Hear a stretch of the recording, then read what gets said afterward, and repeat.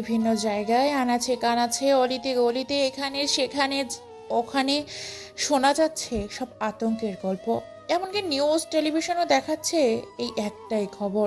Viral হয়ে গেছে পুরো বাংলাদেশ জুড়ে।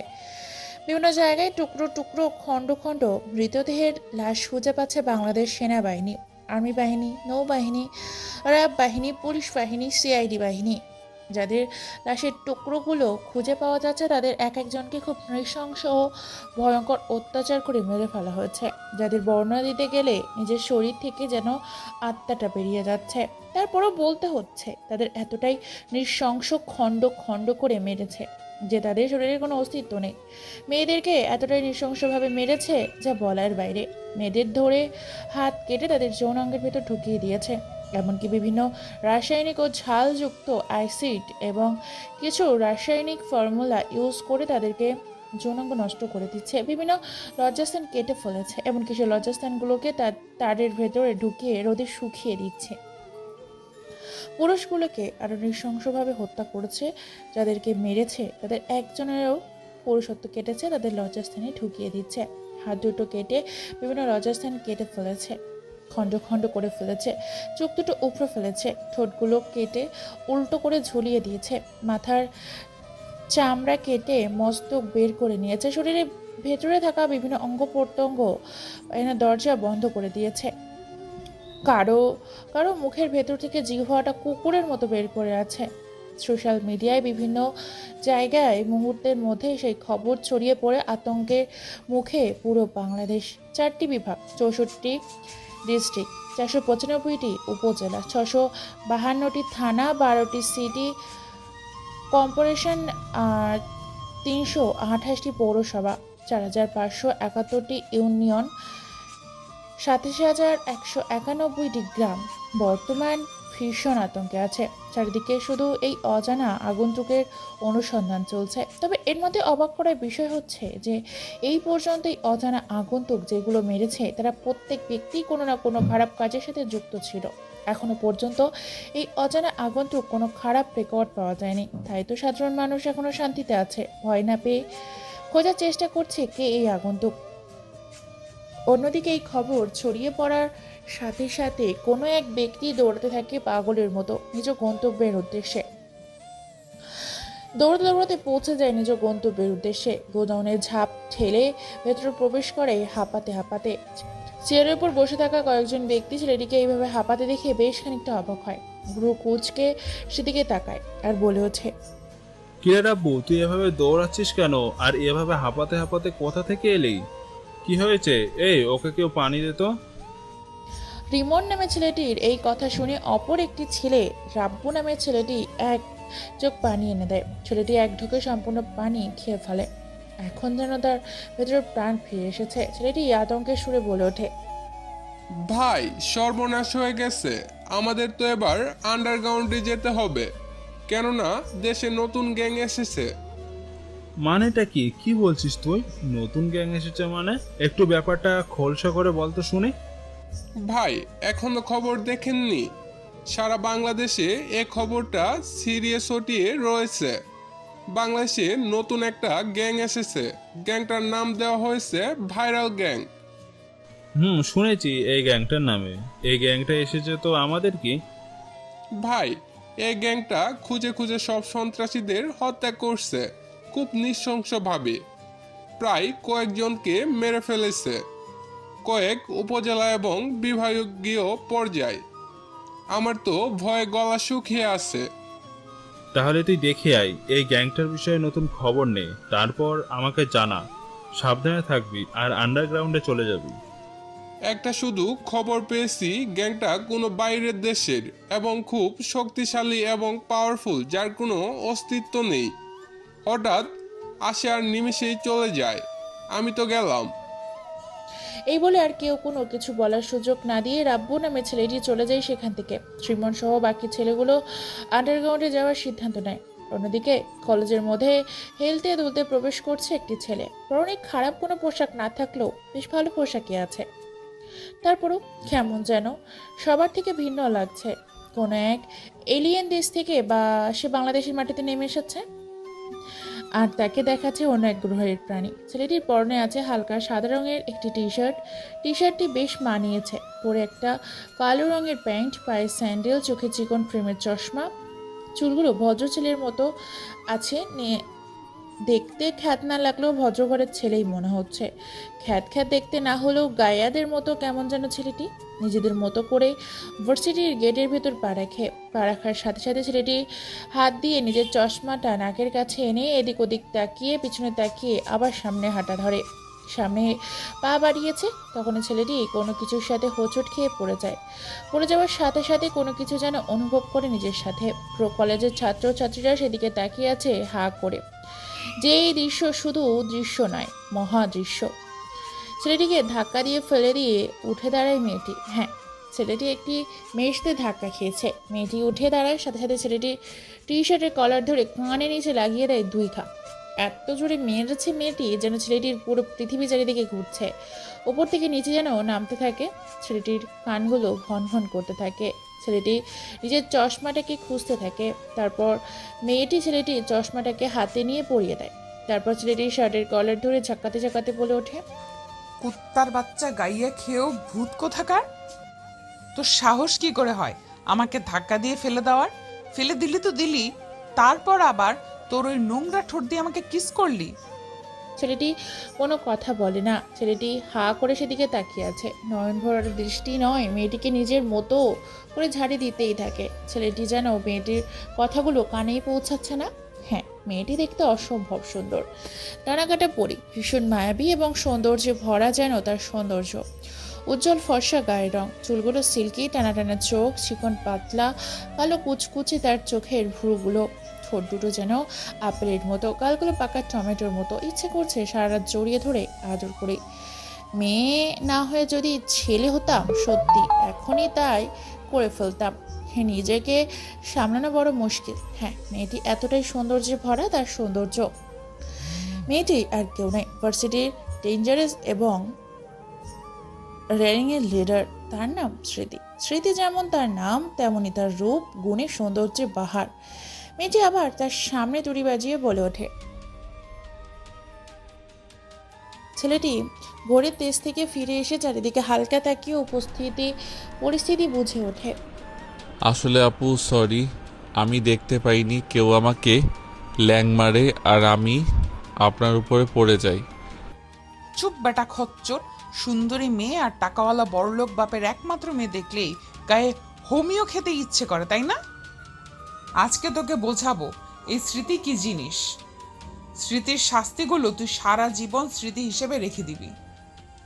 সত্যি বলছি আপু, আসলে আমি দেখিনি আপনাকে, আর আপনার সাথে ঘটে যাওয়া ঘটনার জন্য দুঃখিত। চুপ বেটা গাইয়া! যা করার তা তো করে নিয়েছিস। কিস করে মজা নিয়ে এখন বলছিস তুই দেখতে পাসনি? অসভ্য! তুই দেখতে পাবি কি করে? 2 চোখের সাথে তো ফ্রি আরো 2 চোখ পেয়েছিস। টোটাল 4 চোখ, তারপরও দেখতে পাসনি? আসলে আপু আমি ভার্সিটিতে নতুন আজকে জয়েন করেছি। তোকে তো এতদিন ধরে খুঁজছিলাম, আজকে তোকে পেয়েছি, চল। এই বলে ছেলেটি শার্টের কলার ধরে টানতে টানতে নিয়ে যায় আম গাছের নিচে। সেখানে সবাই আড্ডা দিচ্ছে। স্মৃতিকে এইভাবে একটা ছেলে টানতে নিয়ে আসতে দেখে তাদের বন্ধু ও বান্ধবীরা বলে ওঠে, কি রে স্মৃতি, এটাকে তুই কোথায় পেলি? আর এইভাবে টানতে টানতে কোথায় নিয়ে আসছিস? এই বলদটাকে গেটের সামনে পেয়েছি।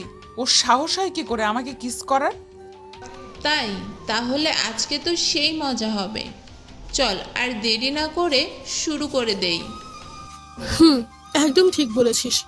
তাই আর দেরি না করে একে আজকেই সে র্যাগিং দিব। ছেলেটি তাদের অনেক বোঝানোর চেষ্টা করে, কিন্তু কোনোভাবেই বোঝাতে পারে না।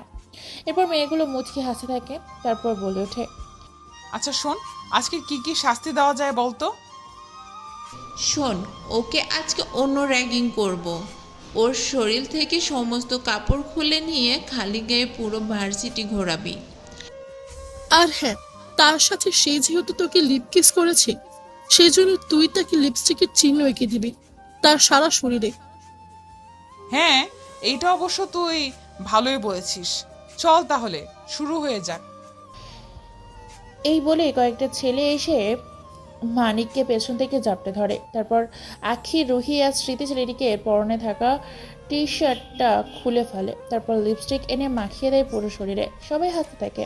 ভার্সিটির ভেতরে সবাই ভিডিও করতে থাকে, কেউ খুব বিভিন্ন জায়গায় পোস্ট করছে। তারপর স্মৃতি আবার বলে ওঠে, শোন, কেউ একজন গিয়ে গোবরের ঘোল নিয়ে আয়, ওটা দিয়ে আজকে ওকে গোসল করিয়ে ছাড়বো। এই স্মৃতির সাথে বেয়াদবি করার পরিণাম তাকে আজকে বুঝিয়ে দেব।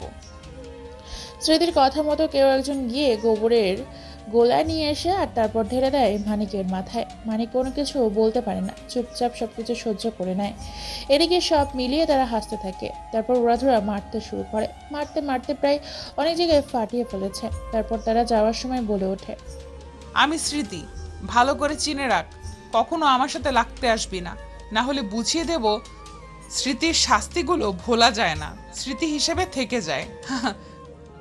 তারপর সবাই চলে যায়। এদিকে শরীরের এরকম অবস্থা নিয়ে উঠে দাঁড়ায় মানিক। তারপর চশমাটা পরে নাকের কাছে এনে চোখ দিয়ে চারিদিকটা ভালো করে দেখে আবার চশমাটা পরে মুচকে একটা হাসি দিয়ে সেখান থেকে বেরিয়ে পড়ে নিজের গন্তব্যের উদ্দেশ্যে। কেননা পুরো শরীর থেকে গোবরের গন্ধ বেরোচ্ছে। এত মারধর, তারপর লিপস্টিকের দাগ নিয়ে তো আর ক্লাস করা যাবে না।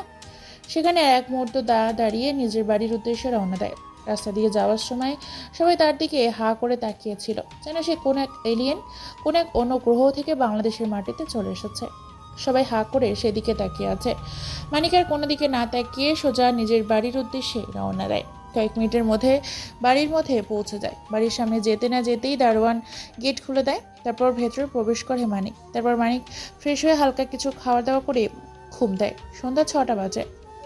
একটু হাঁটতে বেরিয়েছে মানিক। মানিকের চোখ যায় রাস্তার পাশে দাঁড়িয়ে থাকা একটা সাদা রঙের কারের দিকে, যেন কেউ একজন কিছু করছে সেদিকে। চোখ যেতেই থমকে যায়। সেখানে ধীরে ধীরে একটি গাড়ির কাছে যেতে থাকে মানিক। মানিক গাড়িটার কাছে গিয়ে দেখতে পায় গাড়িটা নড়াচড়া করছে, কিন্তু বাইরে থেকে তেমন কিছুই দেখা যায় না। যখনই গাড়িটার সামনের দিকে যাবে তখনই গাড়ির ভেতর থেকে একজন ছেলে বের হয়ে আসে। ছেলেটির পরনে যে ছোট্ট একটি প্যান্ট, তাছাড়া আর কিছুই নেই। অপর 5 দিন ঘরের ভেতর দেখতে প্রায় 3জন ছেলে মিলে একটি মেয়েকে ট্রেপ করছে। তবে অবাক করা বিষয় হচ্ছে মেয়েটি নিজে থেকে কোনো বাধা দিচ্ছে না, বরং সেসবগুলোকে ভালোবেসে আগলে নিচ্ছে। এক এক করে সবাই নিজেদের কাজ করে গাড়ির ভেতর থেকে বের হয়ে আসে। তারপর মেয়েটিও বের হয়। তারপর তারা একে অপরকে কথা বলতে থাকে। এমন সময় ছেলেটি বলে ওঠে, শোন, আজকে হেব্বি মজা পেয়েছি, তাই আজকে বাড়িতে যাব না, নাইট ক্লাবে সময় কাটাবো। আর সেখানে একটা হোটেল ভাড়া করব, সেখানে ড্রিঙ্কস করে আবার রাতে মজা করব। আপন নামে ছেলেটির মুখে এই কথা শুনে সবাই হেসে ফেলে। তারপর সেখানে সেই মেয়েটিকে নিজের পরনে থাকা কাপড়গুলো ঠিকঠাক করতে করতে মুচকে এসে আপনের উদ্দেশ্যে বলে ওঠে, একদম ঠিক বলেছো বেবি, আজকে বাড়িতে যাব না, সারা রাত মজা করব। কি বলিস, তোরাও চল। ওকে, ঠিক আছে, তাহলে চল সবাই মিলে।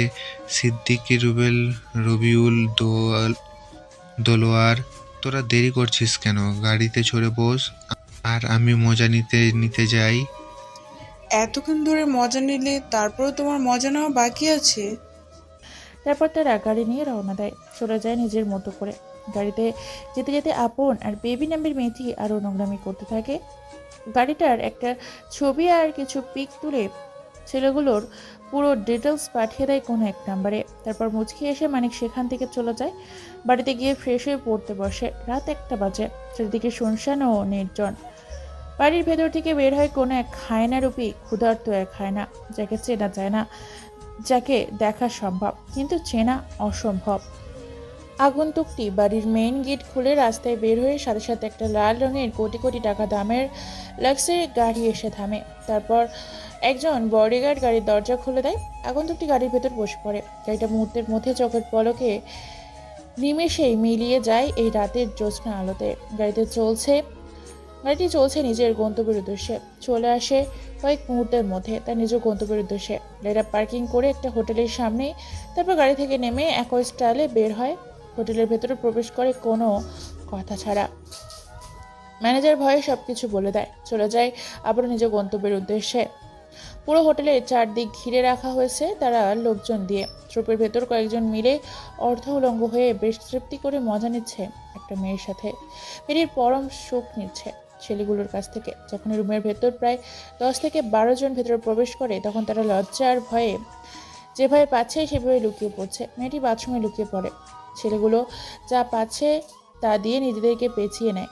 কেউ খাটের নিচে, কেউ সোফার পেছনে লুকিয়ে পড়ে। এটা দেখে হাসতে থাকে আগন্তুক ও তার দলবল। ছেলেগুলোর মধ্যে আপন বলে ওঠে, কিরে, তোরা কে? আর এইভাবে কোনো পারমিশন ছাড়া এই রুমে ঢোকার সাহস পেলি কোথা থেকে? ছেলেটির কথা শুনে সবাই হাসতে থাকে। কেউ কোনো কথা বলে না। আপন বেশ ঘাবড়ে যায়। সাথে তার বন্ধু বান্ধব এবং মেয়েটি বাথরুমে লুকিয়ে আছে। অবশেষে আপন আবার বলে ওঠে, কিরে, তোরা জানিস আমি কে? যদি নিজেদের ভালো চাস তো এখান থেকে বেরিয়ে যা। আর তোদেরও যদি মেয়ের প্রয়োজন হয় তাহলে আমি ফোন করছি, অন্য রুমে চলে যা। এ কথা বলার সাথে সাথে ছেলেটির শরীরে থেকে মুহূর্তের মধ্যেই চোখের পলকে কেউ কোনো কিছু বুঝে ওঠার আগেই ডান হাতের ঘাড় পর্যন্ত শরীর থেকে আলাদা করে ফ্লোরে পড়ে যায়। হাতটা সেখানে লাফালাফি করতে শুরু করে। হঠাৎ এমন হওয়াতে উপস্থিত থাকা সকলে চমকে ওঠে। ঝড়ে বেগে কয়েকটা হাত পিছিয়ে যায়। চিৎকার করে ওঠে ছেলেটি। আগন্তুকটি মুচকি একটা হাসি দেয়। আগন্তুকের ডান হাত ফয়সাল বলে ওঠে, কুত্তার বাচ্চা, তোর সাহস হয় কি করে ভাইয়ের সামনে থাকা অবস্থায় তুই আমাদের সবার সামনে ভাইকে অপমান করছিস? ছেলেটি এবার ব্যথায় কাতরাতে থাকে। চোখ দিয়ে পানি বের হয়ে গেছে, অঝরে রক্ত পৌঁছে কাটা অংশ থেকে। ভয়ে কেউ কোনো কথা বলতে পারে না। সবার গলা শুকিয়ে গেছে। প্রত্যেকের পরনে আছে কালো পোশাক, কালো প্যাডস, কালো মাস্ক, এমনকি মাথায় কালো কাপড়, চোখে সানগ্লাস, পুরো কালো, ব্ল্যাক মাফিয়া কালার। আপন ছেলেটির ব্যথায় কাতরাতে কাতরাতে বলে ওঠে, কে তোরা? আর কে তোর ভাই? তোদের পরিচয় কি? আর তোরা আমাকে মারছিস কেন? আমি কি করেছি? শোন, তুই জেনা করেছিস, ভাইয়ের সাথে বেয়াদবি করছিস, ইসলামের অপকার করেছিস, এর জন্য তোকে মরতে হবে। দেখ, তোরা কিন্তু ভুল করছিস। আমি তোদের কাউকেই ছাড়বো না। আমার বাবা কিন্তু তোদের কাউকে ছাড়বে না। এই কথা শুনে হাসতে থাকে অজানা সেই আগন্তুক। আগন্তুকটি তার মুখের ওপর থেকে কালো মাস্ক সরিয়ে দিয়ে হো হো করে মুচকে একটা হাসি দিয়ে বলে ওঠে আপনের উদ্দেশ্যে, হা হা হা। রাতের রাজা এই মানিককে মারবে এমন কোনো বাপের বেটা নেই এই শহরে। এই ভাইরাল গাঙ্গের সাথে যারাই মাঠে খেলতে নেমেছে তাদেরকে হয় শ্মশানে আর না হলে গোরস্থানে যেতে হয়েছে। আপন নামে ছেলেটি সহ উপস্থিত থাকা তারা সকল বন্ধু বান্ধব ভাইরাল গ্যাংয়ের নামটা শুনে চমকে ওঠে। কোনো কথা বলতে পারে না। রুমের ভেতর থেকে এক এক করে সবাইকে বের করা হয়। এমনকি এই মেয়েটির শরীরে তেমন কোনো পোশাক নেই। অর্ধলঙ্গ করে রাখা হয়েছে সবাইকে। মেয়েটির এমন অবস্থা দেখে সবাই হাসতে থাকে। তারপর মানিক মিয়া বলে ওঠে, শোনো, আগে আমি মজা নিয়ে নেই, তারপর তোরা নিবি। ওর মৃত্যুটা খুব ভয়ঙ্কর হওয়া চাই। এই বলে মানিক এতগুলো ছেলের সামনে মেয়েটির হাটের উপর ফেলে দিয়ে ঝাঁপিয়ে পড়ে তার উপর। তারপর খুপলে খুপলে কামড়ে কামড়ে খেতে থাকে বেবি নামের মেয়েটিকে। মেয়েটি শুধু চিৎকার করছে। প্রত্যেকটা জায়গায় মানিকের কামড় দিচ্ছে। এক একটা কামড়ের জায়গা থেকে ব্লিডিং হতে শুরু করেছে। মানিক তার খায়েশ মিটিয়ে সেখান থেকে উঠে পড়ে। তারপর সিগারেট চালিয়ে সোফার ওপর বসে পড়ে। ছেলেগুলো ভয়ে সেদিকে তাকাতে পারে না। এরপর মানিকের দলবল ঝাঁপিয়ে পড়ে খাটের উপর। তারা সবাই মিলে বেবির শরীরের উপর অত্যাচার করতে থাকে। এতজনের অত্যাচার সহ্য করতে না পেরে মৃত লাশের মতো নিস্তেজ দেহটা পড়ে আছে বিছানার উপর। সাদা রঙের চাঙ্গদটা রক্তে ছেয়ে গেছে। সবার এরকম করুণ পরিণতি দেখে মানিক মুচকি হাসে। মানিক মুচকি এসে আবার সিগারেট জ্বালিয়ে বলে ওঠে, শোন, ওদেরকে অনেক ভয়াবহ মৃত্যু দিব। রড কাটার জন্য যে মেশিন ব্যবহার করা হয় সেটা নিয়ে আয়। গাছ কাটার জন্য যে করাটের প্রয়োজন হয় সেই করাটগুলো নিয়ে আয়। ওদেরকে পিস পিস করে টুকরো টুকরো করে কাটবো। মানিকের কথা মতো নিয়ে আসে তার দলের ছেলেগুলো। বেবি ভয়ে চিৎকার করে বলে ওঠে, প্লিজ তোমরা আমাকে ছেড়ে দাও। আমি আর সহ্য করতে পারছি না এর যন্ত্রণা। হয় আমাকে একেবারে মেরে ফেলো, আর না হলে আমাকে ছেড়ে দাও। তোরা এই মেন্টাল মানিকের সামনে অশ্লীল কাজ করেছিস। তোদের মৃত্যুটা খুব যন্ত্রণাদায়ক হবে। হা হা হা। তোরা দাঁড়িয়ে না থেকে সব কিছু তৈরি কর। ততক্ষণ আমি আরেকটু যন্ত্রণা দিয়ে দেই মৃত্যুর। এই বলে মানিক আরেকটা সিগারেট জ্বালায়। তারপর সিগারেটের কিছু অংশ বেবি নামের মেয়েটির দুই পায়ের ফাঁকা লজ্জাস্থানে চেপে ধরে। মেয়েটি ব্যথায় কাতরাতে থাকে, ছটপট করতে থাকে বিছানার উপর। মুহূর্তের মধ্যে ঝলসে যায় তার অপ্রীতিকর স্থান। তারপর একটা বড় রামদা বের করে তারপর সেটাকে আগুনে জ্বালাতে থাকে, সাথে তেল ঢেলে দেয় সেখানে। গরম টকবকে ফুটন্ত গরম তেল মেয়েটির আপত্তিকর জায়গাগুলোতে লাগিয়ে দেয়। মেয়েটি ছটফট করতে থাকে, পুরো বিছানায় গড়াগড়ি করতে থাকে। এরপর মেয়েটির দুই পায়ে রশি বেঁধে ছাদের সাথে উল্টো করে ঝুলিয়ে দেয়। তারপর গাছ কাটার দিয়ে মেয়েটির দুই পায়ের ফাঁকা স্থান দিয়ে কাটার দিয়ে কেটে রাখে। কেটে ফেলে শরীরের দুই অংশ দুই দিকে ঝুলতে থাকে। সারা শরীরের অঙ্গ প্রত্যঙ্গ বের হয়ে আছে। বিছানার ওপর এতগুলো দেখে চিৎকার করতে থাকে পাগলের মতো, দৌড়াদৌড়ি করতে থাকে। ভয়ে ছেলেগুলো বাথরুমে লুকিয়ে পড়ে। বাথরুমের দরজা ভেঙে ছেলেগুলোকে বের করে রশির সাথে বেঁধে ফেলে। তারপর রড কাটা মেশিন দিয়ে অন করে। ছেলেগুলো লজ্জাস্থানগুলো কেটে ফেলে প্রায় কয়েক টুকরো করে ফেলে। ছেলেগুলো ভয়ে চিৎকার করতে থাকে। সকলের সেই জায়গাগুলো থেকে প্রচুর পরিমাণে তাজা রক্ত বেরোতে থাকে। যাতে ব্যথাটা আরো তীব্র আকার হয় সেজন্য মানিক বলে ওঠে, শোন, তাদের সেই কাটা স্থানগুলোতে লবণ ঢেলে দেয় যাতে যন্ত্রণা আরও বেশি হয়। আবার চোখগুলোতে পেঁয়াজের রস ঢেলে দেয়। সাথে আমার সামনে পেট্রোল আর একটা গ্যাস লাইট রেখে যা খুব দরকার। যেই অস্ত্রগুলোর সাহায্যে শালাগুলো জেরা করতো সেগুলোই জ্বালিয়ে দিব। মালিকের কথা মতো ছেলেগুলো সেই জায়গাগুলোতে লবণ ঢেলে দেয়, চোখের পেঁয়াজের রস। কিছুক্ষণ পর তাদের সেই পুরুষ সত্যের ক্ষতস্থানে পেট্রোল ঢেলে দিয়ে আগুন জ্বালিয়ে দেয়। দাও দাও করে জ্বলতে থাকে সেই স্থানটা। তারপর মানিক আর একটা সিগারেট জ্বালিয়ে টানতে থাকে মনের সুখে। ছেলেগুলো ফ্লোরের ওপর ছটফট করতে থাকে, লাফালাফি করতে থাকে, কিন্তু তারা চিৎকার করতে পারছে না, কারণ তাদের জিভা কেটে ফেলেছে। মানিক আবার বলে ওঠে, শোন, এই কুত্তার বাচ্চাগুলোকে উল্টো করে ঝুলিয়ে দিয়ে জীবন্ত অবস্থায় তাদের শরীর থেকে চামড়াগুলো আলাদা করে ফেল। আমি এখানেই আছি। আর হ্যাঁ, এই দৃশ্যগুলো ভিডিও করে সোশ্যাল মিডিয়ায় ছেড়ে দেয়। এরপর ছেলেগুলো পায়ে রশি বেঁধে উল্টো করে ঝুলিয়ে দিয়েছে ছাদের সাথে বেঁধে ফেলে। এরপর ছেলেগুলোর শরীর থেকেও শরীরের চামড়াগুলো আলাদা করতে থাকে। জীবনত অবস্থায় চিৎকার করতে থাকে ছেলেগুলো। রক্ত গড় গড় করে পড়তে থাকে। পুরো রক্ত রুম সহ বাইরে বের হয়ে গেছে। গভীর রাত, আর কেউ বুঝতে পারে না। তারপর ছেলেগুলো এক এক করে ফ্লোরের ওপর রেখে দেওয়া হয় চামড়াগুলো। এক পাশে রেখে দেওয়া হয় চামড়াবিহীন শরীরগুলোকে। এক লাইনে সাজিয়ে রাখা হয়। তারপর বেবি নামের মেয়েটিকে বিভিন্ন লজ্জাস্থান কেটে ছেলেগুলোর হাতে মুখে রেখে দেওয়া হয়। তারপর মানিক একটা মুচকি হাসি দিয়ে সেখান থেকে বেরিয়ে পড়ে। পরদিন সকালে চারিদিকে এই খবর মুহূর্তের মধ্যেই ছড়িয়ে পড়ে। পুরো হোটেল জুড়ে রক্তে রক্তাক্ত হয়ে গেছে। সাদা রঙের ফ্লোরগুলো রঙিন হয়ে উঠেছে লাল রক্তে। সাংবাদিকগুলো একের পর এক খবর দেখাচ্ছে এবং খবর পৌঁছে যাচ্ছে, শোনাচ্ছে, এবং খবর দেখে মানুষজন আরো আতঙ্কে পড়ে যায়, ভয় পেতে থাকে ভাইরাল গ্যাংয়ের গ্যাংস্টারকে। তদন্ত করতে যায় পুলিশ সহ বিভিন্ন সেনাবাহিনী। তারা লাশের এমন করুণ পরিণতি দেখে নিজেরাই ভয়ে হাত দেওয়ার সাহস পায় না। সেনাবাহিনীর মেয়েগুলো এবং পুলিশ কনস্টেবলের মেয়েগুলো এই দৃশ্য দেখে ভয় ও লজ্জায় সেখানে জ্ঞান হারিয়ে ফেলে।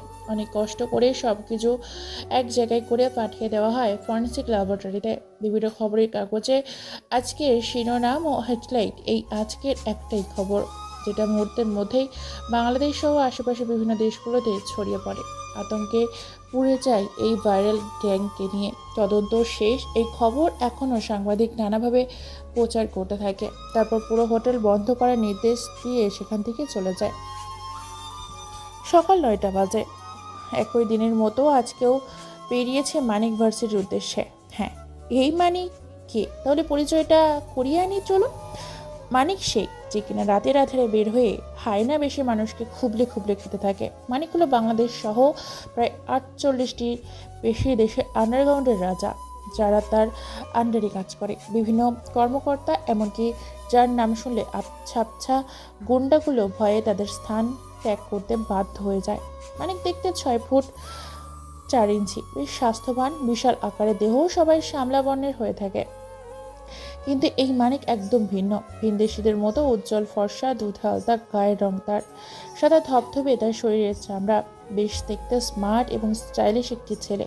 তবে তার আসল পরিচয় গায়ের রং চেনা খুবই মুশকিল, কেননা দিনের বেলা সে একজন খ্যাত আর আনস্মার্ট হয়ে বের হয় দুর্নীতি দমন করতে। মানিক বিভিন্ন স্বেচ্ছাসেবী সংস্থার সাথে জড়িয়ে রয়েছে। পৃথিবী তার আপন বলতে সবাই আছে, তবে গল্পের সাথে থাকলে অবশ্যই জানতে পারবে। পায়ে হেঁটে কলেজের ভেতর প্রবেশ করে মানিক দেখে সবাই মুচকি হাসে। সেদিনের সেই দৃশ্য আজকেও সবার সামনে ভেসে ওঠে। মানিক আবার আগের দিনের মতো আজকেও নাকের কাছে চশমাটা এনে এদিক ওদিক তাকিয়ে মুচকি একটা হাসি দিয়ে ভেতরে প্রবেশ করে। বাইরে থেকে স্মৃতি ও তার দলবল সবটাই দেখেছে। মানিককে এইভাবে ভেতরে প্রবেশ করতে দেখে শালিনী বলে ওঠে, কিরে স্মৃতি, রুহি আর আঁখি, আজকে তো দেখছি খ্যাত চলে এসেছে। সেদিনের কথা মনে হয় তার মনে নেই। চুপ শালি, তোর জন্য সেই আনস্মার্ট খ্যাটটার সাথে ধাক্কা খেয়ে বিনা বিয়েতে বাসর হয়ে যাচ্ছিল। তবে যাই বলিস, আমি কিন্তু মোবাইলে এখনো ভিডিও করে রেখেছি। তোদের দুইজনের সেই কিস করার দৃশ্যটা কিন্তু আমার হেব্বি লেগেছে। তবে রে শালি শাকচুন্নি, তোর জন্য এই খ্যাটটা আমাকে এতগুলো ছেলেমেয়ের সামনে কিস করেছে। আচ্ছা, যেটা হওয়ার হয়ে গেছে, আর কথা না বাড়িয়ে চল ও ক্লাসে ঢোকার আগেই আর একটু মজা নিয়ে আসি। আচ্ছা চল, সবার আগে স্মৃতি তুই গিয়ে ঝামেলা শুরু করবি, তারপর আমরা যাব, তারপর আজকে আবার একটু কেলিয়ে আসবো। ওকে ঠিক আছে, চল তাহলে খেলাটা শুরু হয়ে যাক। তোরা পেছনে থাকবি কিন্তু। এই বলে তারা চলে যায় মানিকের সামনে। মানিক যখনই ক্লাসের ভিতর ঢুকতে যাবে তখনই পেছন থেকে স্মৃতি ডাক দেয়। কারো কণ্ঠস্বর পেয়ে মানিক পেছনে তাকায়। পেছনে তাকিয়ে দেখতে পায় সেদিনের সেই মেয়ে তাকে ডাকছে। তাই মানিক বলে ওঠে, জি আপু, বলুন আমাকে কেন ডাকছেন আপনি? হ্যাঁ, তোকে ডেকেছি, এদিকে শুনতো তুই। ছেলেটি আর কোনো কথা না বাড়িয়ে মেয়েটির সামনে গিয়ে দাঁড়ায় আর বলে ওঠে, জি আপু, বলুন আমাকে কেন ডাকছেন আপনি? তোর সাহস হয় কি করে এই ভার্সিটিতে আসা মাত্র তোর 2 দিন হয়েছে, এর মধ্যে তুই আমাকে প্রেমের প্রস্তাব দিস? তার সাথে তুই আবার আমাকে তোর সাথে কিনা সেক্সুয়ালি রুম ডেটের যাওয়ার জন্য প্রস্তাব দিস? এই কথা শুনে তো অবাক হয়ে যায় মানিক বুঝতে পারে না মেয়েটি কি বলছে তাকে। স্মৃতিটাবে মেয়েটি আবার বলে ওঠে, তোর মতো একটা খ্যাত ছেলের সাহস কি করে হয় সুন্দরী রূপসী অপ্সরী পরীদের মতো দেখতে আমি এই স্মৃতিকে তোর এসব প্রস্তাব দেওয়ার সাহস কি করে হয়?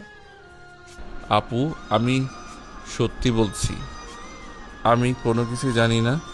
আমি তো সবেমাত্র এ ভার্সিটিতে পা রাখলাম আর নিজের ক্লাসরুমের উদ্দেশ্যে যাচ্ছিলাম, তখনই আপনি পেছন থেকে আমাকে ডাকলেন। চুপ কর, তোর খুব শখ না আমার সাথে রুম ডেটিংয়ে যাওয়ার? আজকে তোকে বোঝাবো এই স্মৃতি কতটা ডেঞ্জারাস। প্লিজ আপু, আমার সাথে এমন কোনো কিছু করবেন না। আমি নতুন কোনো কিছুই চিনি না এই ভার্সিটিতে। স্মৃতি আর কোনো কিছু বলতে যাবে এমন সময় স্মৃতি সাজানো নাটকে তার বন্ধু বান্ধবীগুলো জয়েন করে। রুহি আঁখি শালিনী এসে বলে ওঠে, কিরে স্মৃতি, কি হয়েছে তোর? এভাবে চিৎকার করছিস কেন? নাকি সেদিনের মতো আজকেও তোকে ওই খ্যাতটা কিস করেছে? না রে, আজকে সেসব করেনি। আজকে সরাসরি এই দেখ চিঠিতে কি প্রস্তাব দিয়েছে। তাই দেখি তো। তারপর এক এক করে সবাই চিঠিটা পড়তে থাকে। চিঠিটা পড়া শেষে আঁখি বলে ওঠে, শালা লুচ্চার সাহস হয় কি করে তোকে এসব প্রস্তাব দেওয়ার? চল, সেই দিনই ধুলাই মনে হয় ওর পছন্দ হয়নি, আজকে নতুন ভাবে ওকে আরেকটু সাজিয়ে দিই। আপু প্লিজ এমন কোনো কিছু করবেন না, আমি কোনো কিছুই করিনি। মানিক মেয়েদের কাছে আকুতি মিনতি করতে থাকে। স্মৃতি বলে ওঠে, আচ্ছা কি করা যায় বলতো? শোন, ও যেহেতু তোকে এই প্রস্তাব দিয়েছে, তাহলে ওর সাথে এমন করাই উচিত। আমি কি বলি শোন, ওকে মেয়েদের ব্রা পরিয়ে দে, সাথে লিপস্টিক আর ভালো করে চুড়ি দিয়ে সাজিয়ে দে। এটা একদম ভালো হবে। আমিও বলি এমনটা করা উচিত। স্মৃতি, শালিনী একদম ঠিক বলেছে, ওর সাথে এমন করা উচিত, আর এটা ভালো হবে। চল শুরু করে দেই। আপু প্লিজ আমাকে ছেড়ে দিন, আমার সম্মান নিয়ে খেলবেন না। আমি তো আপনাদের কোনো ক্ষতি করিনি, আপনার আমার সাথে এমন কেন করছেন? একদম চুপ করে থাকবি। নইলে সেদিনের মারের কথা মনে আছে তো? মানিক কোনো কথা না বলে চুপচাপ সবকিছু সহ্য করতে থাকে। এক এক করে তাকে সবকিছু পড়িয়ে দেওয়া হয়, তারপর পুরো কলেজ ঘোরানো হয় অনেকগুলো ছবি তুলে। তারপর সেখান থেকে হাসতে হাসতে সবাই চলে যায়। অনেক মজা নিয়ে তারা নিজেদেরকে আড্ডাখানায় চলে যায়। মানিক সবকিছু খুলে ফ্রেশ হয়ে মুছিয়ে একটা হাসি দিয়ে সেখান থেকে বেরিয়ে পড়ে, আবার নিজের ক্লাসরুমের উদ্দেশ্যে চলে যায়। ক্লাসের ভিতর প্রবেশ করে দেখতে পায় পুরো ক্লাসরুমে ছাত্রছাত্রী দিয়ে ভরা, একটি বেঞ্চিও খালি নেই। তাই মানিক কোনো কিছু না ভেবে সামনের বেঞ্চে বসে পড়ে। স্যার এখনও আসেনি। মানিক নিজের মতো করে চুপচাপ বসে আছে। হঠাৎ কোনো কিছুর শব্দে পুরো ক্লাসরুম থমকে যায়। সবাই সেদিকে তাকিয়ে হা হয়ে আছে। মানিক অবাক হয়ে স্মৃতির দিকে তাকিয়ে আছে। মানে বুঝতে পারে না স্মৃতি থাকে কেন। হ্যাঁ, স্মৃতি রুমে ঢোকার সাথে সাথে পরপর বেশ কয়েকটা থাপ্পড় মারে মানিককে। মানিক ভ্যাবাচাকে খেয়ে যায় আর মানিক অসহায় হয়ে বলে ওঠে, এ কি আপু, আপনি আমাকে থাপ্পড় মারলেন কেন? চুপ! তোর সাহস কি করে হয় আমার জায়গায় বসার?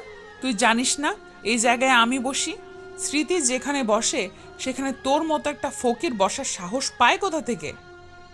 জায়গাটা কি আপনার বাপের টাকা দিয়ে কেনা নাকি যে এখানে কেউ বসতে পারবে না? এই কথা বলতে আরো বেশ কয়েকটা থাপ্পড় মেয়ে মানিকের গালে। মানিক কোনো কথা বলে না। স্মৃতি আবার বলে ওঠে, তোর সাহস হয় কি করে আমার বাপ তুলে কথা বলার? মানিক এবার আর নিজের রাগ থেকে কন্ট্রোল করতে না পেরে পরপর বেশ কয়েকটা থাপ্পড় লাগিয়ে দেয়। মানিকের থাপ্পড় খেয়ে পুরো ক্লাস থরথর করে কাঁপতে শুরু করে। ক্লাসের ভেতর ছাত্রছাত্রীরা চমকে ওঠে। কেউ কোনো কথা বলে না, অবাক সবাই সেদিকে তাকিয়ে আছে। মানিক এবার বলে ওঠে, এই স্মৃতি নাকি যেন নাম তোর? শোন, তোর বাপের টাকা আছে বলে তুই যা ইচ্ছা তাই করবি, এটা আমি মেনে নেব না। তুই ভুল মানুষের সাথে তোর সাক্ষাৎ করিয়েছিস, অনেক তোর অত্যাচার সহ্য করেছি আর না। শোন, তোর যা ইচ্ছা তুই তাই করতে পারিস, নেক্সট টাইম এই মানিকের সাথে লাগার আগে দুইবার ভাববি। কথাটা বলে মানিক সেখানেই বসে পড়ে। মানিকের এরকম রাগী মুখ দেখে সবাই চুপসে যায়। কেউ কোনো কথা বলে না। স্মৃতি পর্যন্ত ভয় পেয়ে যায়। কোনো কথা না বলে চুপচাপ মানিকের পাশের বেঞ্চেই বসে পড়ে। তখনই ক্লাসের রুমে প্রবেশ করে স্যার। স্যার এক এক করে সবার সাথে পরিচয় হয়ে বোর্ডে একটা সূত্র লেখে আর বলে ওঠে, a-b² সমান কত বলতে পারবে? বা কেউ বোর্ডে এসে লিখে দিতে পারবে? কেউ আসে না, চুপচাপ সবাই বসে আছে। তখন তাদের মধ্যে থেকে মানিক এসে বোর্ডের সামনে দাঁড়ায় আর বলে ওঠে, জি স্যার, এই সূত্রের সমাধান আমি করতে পারবো। ওকে, ঠিক আছে, তাহলে তুমি অঙ্কটা করে দেখাও। a-b² সমান a-b ইন্টু a+b সমান a+b হোল স্কোয়ার। সূত্রের সমাধান করে মানিক সবাই হা করে তাকিয়ে আছে সেদিকে। স্যার অবাক হয়ে সেদিকে তাকিয়ে আছে, কেননা গতকাল ধরে এই একটা গণিত সবাইকে শেখাচ্ছে কিন্তু কেউ পারছে না। স্যার বলে ওঠে, সবাই মালিকের জন্য হাততালি দাও, কারণ সে একমাত্র পেরেছে এই গণিত করে দেখাতে, যেটা তোমাদের গত 7 দিন ধরে শেখাচ্ছি, অথচ সে আজকে নতুন, তারপরেও পেরেছে। সবাই হা করে মানিকের দিকে তাকিয়ে আছে। সবাই হাততালি দেয়। অবশ্য সে স্যার আবার বলে ওঠে, তোমার নাম কি? তোমার বাসা কোথায়? ফ্যামিলিতে কে কে আছে? আর কোথা থেকে তুমি এসেছো? আমার নাম মানিক, আমি অন্য কলেজ থেকে ট্রান্সফার হয়ে এসেছি। পরিবারের সবাই আছে আর আমি এখানে নতুন। ওকে মানিক, যাও বসে পড়ো, ক্লাসে মন দিয়ে পড়বা, ভালো কিছু করতে পারবে। জি স্যার, আমার জন্য দোয়া করবেন। তারপর এক এক করে সব ক্লাস শেষ করে তামান্না চলে যায়। স্মৃতির সাথে আখি, রুহি, শালিনী অবাক হয়ে গেছে ছেলেরা এরকম ট্যালেন্ট দেখে। অন্যদিকে মানিকের পেছনের বেঞ্চের একটি ছেলে বলে ওঠে, হাই, আমি শাকিল। তুমি তো এই ভার্সিটিতে নতুন এসেছো, ওদের কাছ থেকে সাবধানে থাকবে। হ্যাঁ, আমি এই ভার্সিটিতে নতুন, আর আমি মানিক। আচ্ছা, ওরা কে? আমি তো ওদের ঠিক চিনলাম না। ভার্সিটির সবচেয়ে উচ্ছৃঙ্খল এবং সবচেয়ে হাঙ্গামা করার একটা বড় গ্যাং। এর আগে বাদল নামের এখানে একজন ভিপি ছিল, তাকে পুলিশ তুলে নিয়ে গেছে। কেন তুলে নিয়ে গেছে? কি হয়েছিল এখানে?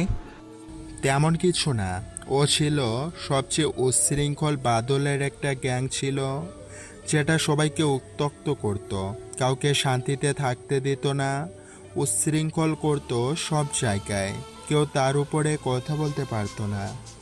তারপর কি হলো? আর সে জেলে যাওয়ার পর এখন ভার্সিটির ভিপিকে এ ভার্সিটির নতুন ভিপি আছে, আর সে এখনও জেলে আছে। সে অনেক খারাপ কাজ করত, পরে একদিন না হয় বলবো। আর শোনো, স্মৃতি ও তার দল বলের কাছ থেকে সাবধানে থাকবে।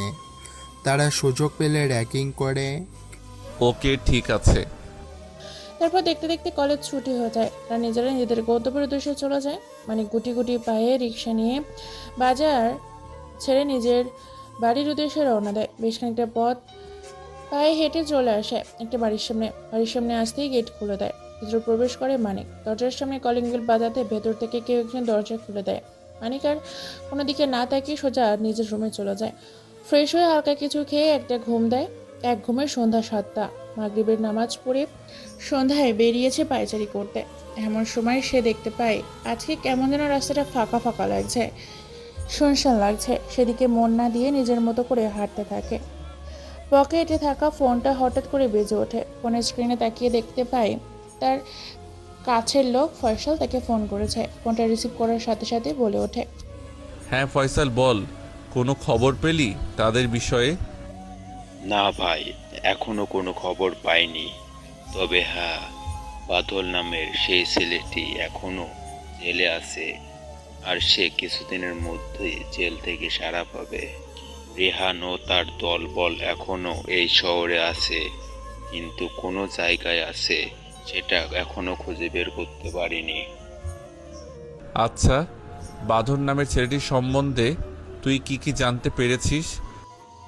ভাই, বাদল নামে ছেলেটি ওই ভার্সিটিতে ভিপি এবং সে প্রতি রাতে সুন্দরী মেয়েদেরকে নষ্ট করত, তাদের রেপ করত। এতে কেউ বাধা দিতে পারতো না। যদি কেউ বাধা দিতে তাহলে পরের দিন তাকে গুম করে দেওয়া হতো। তাই ভয়ে কেউ কোনো কথা বললেনি। সবকিছু সহ্য করে প্রতি রাতে একটা মেয়েকে সে রেপ করত। তবে কি কারণে জেলে গেছে আমি জানি না। খোঁজার চেষ্টা করেছি, আর আমার দলবল চারিদিকে ছড়িয়ে আছে। তুই ভালো করে খোঁজ খবর নে। আর হ্যাঁ শোন, ওই বাদল এবং রোহান এই শহরে থাকাকালীন থানার ওসিকে ছিল, তাকে খুঁজে বের কর। ওকে ভাই। তারপর মানিক কল কেটে দেয়। হাঁটতে হাঁটতে চলে আসে একটা রেস্টুরেন্টে। তারপর রেস্টুরেন্টে কিছু খেয়ে যখন বের হতে যাবে তখনই তার চোখ সামনে পড়ে একটা ছোট্ট বাচ্চা। বাচ্চাটার কাছে ওর কাছে টাকার জন্য হাত পেতেছে, কিন্তু কেউ দিচ্ছে না। দূর দূর করে দাঁড়িয়ে দিচ্ছে। আমাদের সমাজের একটা সমস্যা, যখনই ছোট থেকে বড় হয়ে যায় তখনই গরিব এবং মধ্যবিত্ত মানুষের পরিহাস এবং অত্যাচার করতে শুরু করে। মানিক আর সেখানে না দাঁড়িয়ে মেয়েটির কাছে যায় আর বলে ওঠে, এই যে আপু, এদিকে আসো, আমি তোমাকে টাকা দিচ্ছি। মেয়েটি আর সেখানে না দাঁড়িয়ে মানিকের সামনে আসে। তারপর মানিক মেয়েটির দিকে একটা চেয়ারের উপর বসে পড়ে। রেস্টুরেন্টের ভেতর ওয়েটারকে অনেকগুলো খাবার আনতে বলে। তারপর মানিক বলে ওঠে, আচ্ছা আপু, তোমার নাম কি? আর তুমি কোথা থেকে এসেছো? তোমার পরিবারে কে কে আছে? আর তুমি রাস্তায় এইভাবে ভিক্ষা করছো কেন? মেয়েটি কেঁদে ফেলে। মেয়েটি কাঁদতে কাঁদতে বলে ওঠে, ভাইয়া, আমার নাম ফাইমা। আমি আর আমার মা পাশের এলাকায় থাকি। আমরা গত 2 দিন ধরে কিছুই খাইনি। আমাদের বাবা আমাদের রেখে অন্য একটা বিয়ে করেছে। আমার মা ভীষণ পরিমাণের অসুস্থ, তাই আমি আমার মায়ের জন্য ঔষধ কিনতে বেরিয়েছি, কিন্তু কেউ আমাকে টাকা ভিক্ষা দিচ্ছে না। চলো, তুমি আজকে যতগুলো খেতে পারবে সবগুলোই তোমার। ভাইয়া, আমি আমার মায়ের জন্য নিয়ে যেতে পারবো তো এখান থেকে? পারবে, তবে এখান থেকে না। তোমার সামনে যতগুলো খাবার দেখছো সবগুলো তোমাকে খেয়ে ফেলতে হবে। তারপর আমি নতুন করে প্যাকেট করে তোমার মায়ের জন্য পাঠিয়ে দেব। সত্যি ভাইয়া? তারপর মেয়েটি অনেকগুলো খাবার খায় এবং খুব খুশি। তারপর মেয়েটি অনেকগুলো খাবারের প্যাকেট নেয়, সাথে কিছু ঔষধ নিয়ে মেয়েটিকে সাথে নিয়ে মেয়েটির বাড়িতে যায়। তারপর মেয়েটি বাড়িতে গিয়ে মেয়েটির মায়ের সাথে কথা বলে এবং খাবার দেয়। তারপর মানিক মেয়েটির উদ্দেশ্যে বলে, শোনো, তোমরা এখানে 2 দিন থাকো, তারপর তোমাকে নিয়ে যাবে একটা নতুন বাড়িতে, যেখানে তোমাদের কোনো কিছুই করতে হবে না, শুধু বসে বসে খাবে। সত্যি বলছো ভাইয়া? আমরা নতুন বাসায় যাব? হ্যাঁ সত্যি, তাহলে আমি আজকে আসি। যে আসবে তার নাম ফয়সাল, ঠিক আছে? তারপর মানিক সেখান থেকে চলে যায়। অন্যদিকে রাত 11টা বাজে। হোয়াটসঅ্যাপ গ্রুপ কলে জয়েন করেছে স্মৃতি, শালিনী, আখি। স্মৃতি বলে ওঠে, এই শোন, মানিক নামের ছেলেটির বিষয়ে খোঁজ খবর নেই তো? সে কোথা থেকে এসেছে আর কি করে পুরো কলেজের সামনে সে আমাকে থাপ্পড় মেরেছে, তারপর স্যারের এত বড় গণিতের সূত্র করে দিয়েছে। ছেলেটাকে যতটা বোকা ভাবি সে ততটা বোকা না। হ্যাঁ, আমরা ছেলেটাকে যতটা বোকা ভাবি আসলে সে সত্য কথাটা বোকা না। মনে হচ্ছে ছেলেটা কিছু একটা গোপন করছে। তার চালচলন, কথাবার্তা কেমন যেন সবার থেকে আলাদা। শোন, ছেলেটা মনে হয় কোনো কিছু গোপন করে এসেছে ভার্সিটিতে। হয় সে এখানে কোনো অপরাধ করে এসেছে, না আর না হয় নিজের পরিচয় লুকিয়ে এসেছে। না রে, আমার তা মনে হয় না। আমি যেটা ভাবছি সেটা হচ্ছে অন্য বিষয়। সে এখানে অন্য কাজে এসেছে, লেখাপড়া করতে নয়। হ্যাঁ রুহি, তুই একদম ঠিক বলেছিস। তোর কথার সাথে আমিও সহমত। আমারও কেমন যেন ওকে সন্দেহ হচ্ছে। শোন, আজ থেকে ওকে আমরা ফলো করব, আর ওর সাথে কলেজে কেউ ঝামেলা করবি না। হ্যাঁ, এখন থেকে ওর সাথে ভালো ব্যবহার করতে হবে। ছেলেটাও দেখতে তো মোটামুটি স্মার্ট আছে, বেশ সুন্দর করে কথা বলতে পারে, কেমন যেন সরল সাদা। আখি, তুই যেভাবে বলছিস যেন তুই তাকে বিয়ে করবি। হ্যাঁ, আর দেরি না করে কালকে কলেজে ওর সাথে বন্ধুত্ব করব আমরা। ঠিক বলেছিস তোরা। আচ্ছা শোন, আমি এখন রাখি, কাল ভার্সিটিতে দেখা হবে। তারপর তারা সবাই কল কেটে দেয়। ধীরে ধীরে সবাই ঘুমের দেশে পাড়ি জমায়। রাত 1টা বাজে। আজকেও হায়না বেশে অজানা আগন্তুকের রূপে মানিক বেরিয়ে যায় তার বাড়ি থেকে। বাসা থেকে বের হওয়ার সাথে সাথে রাস্তায় ব্ল্যাক কালারের 3টা গাড়ি এসে থামে। তারপর একজন দরজা খুলে দেয়। গাড়ির ভেতরে বসে পড়ে মানিক। তারপর চলে যায় সেখান থেকে, নিজের গোডাউনে যায়। তারপর গোডাউনের ভেতরে গিয়ে গাড়ি থেকে নেমে একই স্টাইলে হেলিকপ্টারে চড়ে বসে। সাথে সাথে প্রায় 15 থেকে 20টা হেলিকপ্টার উড়াল দেয় আকাশের উদ্দেশ্যে। সেখানে লেখা ছিল পিবিসি। প্রত্যেকটা হেলিকপ্টারে একটা করে লোগো ছিল। যে লোগোগুলো ছিল পিবিসি। পিবিসি অর্থ হলো পিতে পৃথিবী, বিতে বিখ্যাত, সিতে সিটি। পুরো পৃথিবী বিখ্যাত সিটি ভাইরাল গ্যাংস্টার এই গ্যাংয়ের মালিক। হেলিকপ্টারগুলো কয়েক ঘন্টা অতিক্রম করে ল্যান্ড করে লন্ডনে। লন্ডনের একটি হোটেলের উপর হেলিকপ্টারগুলোতে থামায়। তারপর হেলিকপ্টারগুলোর ভেতর থেকে সবাই একে একে বের হয়ে আসে। মানিক বলে ওঠে, পৃথিবীতে যতগুলো অপরাধী আছে সবাইকে গোরস্থান অথবা শ্মশান ঘাটে আমি দেখতে চাই, তাই কেউ যেন বেঁচে না থাকে। এরপর প্রায় 100 জনের মতো ছেলেপুলে মিলে নিজের পজিশন এবং জায়গা মতো বের হতে থাকে। কারো হাতে, কারো কোমরে, কারো পায়ে বিভিন্ন রকম অস্ত্র আছে, যেগুলোতে আছে AK-47, স্নাইপার, MK2 শট গান। কোমরে আছে বিভিন্ন ধারালো অস্ত্র এবং বিভিন্ন জায়গায় রাখা আছে আত্মঘাতী বোমা। পুরো হোটেলটাকে চারিদিক দিয়ে ঘিরে ফেলেছে। কি আপনারা বুঝতে পারছেন না তো? চলুন তাহলে সবটা খুলে বলি আপনাদেরকে। এই মানিক থাকতো দুবাইয়ের কিং সে, কিন্তু বাংলাদেশে তার জন্মস্থান। সে বাংলাদেশের ছেলে। বাংলাদেশের থেকে বিভিন্ন অপরাধ করে বিভিন্ন দেশে নারী পাচার, শিশু পাচার, এমনকি বিভিন্ন অস্ত্র ও দেশীয় সম্পদ পাচার করছে সন্ত্রাসীরা। সেগুলোকে দমন করতে সে দুবাই থেকে বাংলাদেশ গিয়েছিল 3টা বড় বড় দলকে শেষ করতে। তার মধ্যে বাদল জেলে, রোহান নিখোঁজ এবং একটা দল বাংলাদেশের মাটিতে পা রাখার আগেই মেয়েদের পাচার করে নিয়ে আসে লন্ডনের শহরে। তাই প্রত্যেকটা মেয়েকে বাঁচাতে লন্ডনে ব্যাক করে মানিক। এক এক করে সবগুলো হোটেলের রুম চেক করতে থাকে মানিকের দল। বিভিন্ন জায়গায় সিসিটিভি ক্যামেরা লাগানো আছে, তাই খুব সহজে আত্মঘাতী সন্ত্রাসীরা দেখে ফেলবে মানিক সহ তার দলবলকে। এটা দেখে হাসতে থাকে সন্ত্রাসীগুলো। সন্ত্রাসীদের লিডার সারব মির্জা বলে ওঠে, মরার পাখনা গজিয়েছিস তাই এত তাড়াতাড়ি মরতে চলে এলি এই লন্ডনের মাটিতে? আমি জানতাম তুই বাংলাদেশের মাটিতে আমাকে খুঁজে না পেলে লন্ডনের মাটিতে আসবি, তো আগে থেকে চারিদিকে সিসিটিভি ক্যামেরা লাগিয়ে রেখেছি। কথা শুনে মানিক সহ তার পুরো দল থমকে যায়, তার দিকে দেখতে থাকে। মানিক পরিকল্পনা মতো ইশারা দেয় তার দলের ছেলেগুলোকে। সবাই মিলে সিসিটিভি ক্যামেরাগুলো নষ্ট করে ফেলেছে। হঠাৎ করে গোডাউনের ভেতরে গোলাগুলি শুরু হয়ে যায়, চারিদিকে শুধু গুলির শব্দ। এখনো লুকিয়ে আছে মেন্টাল মানিক, চারিদিকে শুধু লাশ আর রক্ত। গোলাগুলির এক পর্যায়ে অনেকগুলো মারা যায়। জাফর মির্জা লোকের সাথে মারা গেছে মানিকের দলের লোকে ছেলেপুলেগুলো। মানিক এবার মুচকি এসে বলে ওঠে, দেখ, তুই কিন্তু ভুল করছিস। আমার সাথে পাঙ্গা নিয়ে তুই বাঁচতে পারবি না। তুই তাই লুকিয়ে না থেকে বেরিয়ে আয়। তুই ঢুকেছিস নিজের ইচ্ছাই আর বাইরেও আমার ইচ্ছাই। নিজের মৃত্যুকে দেখার জন্য তৈরি হয়ে নে। এরপর কিছুক্ষণের মধ্যে হঠাৎ করে মেয়েদের চিৎকার চেঁচামেচি ও আর্তনাদ শুনতে পায়। সেদিকে মানিক সহ তার পুরো দলবল দৌড়ে যায়। সেখানে গিয়ে তো তারা চমকে যায়, কেননা প্রত্যেকটা মেয়েকে উলঙ্গ করে আগুনের নিচে খাঁচার মধ্যে বন্দি করে রাখা হয়েছে। উপর থেকে একটা লোহা দাওয়ারের চিরুনি নামাতে থাকে। মানে কি করবে বুঝতে পারে না। এই সুযোগে জাফর মির্জা বলে ওঠে, তোর বলে অনেক ক্ষমতা, এখন বাঁচিয়ে দেখা। না পারবি আমাকে ধরতে, আর না পারবি অসহায় মেয়েগুলোকে বাঁচাতে।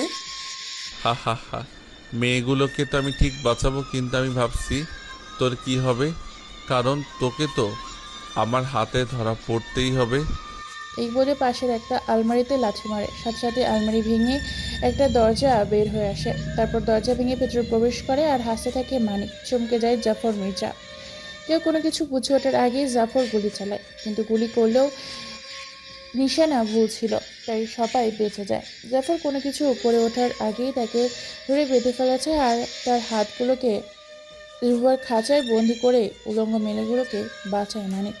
তারপর তার দলের মেয়েগুলোর সাহায্যে প্রত্যেকটা মেয়েকে পোশাক সহ সুরক্ষিতভাবে বের করে হেলিকপ্টারে ওঠায়। রওনা দেয় সবাই মিলে, সাথে জাফরকে চেয়ারের সাথে উল্টো করে বেঁধে হেলিকপ্টারের নিচে ঝুলিয়ে দেয়।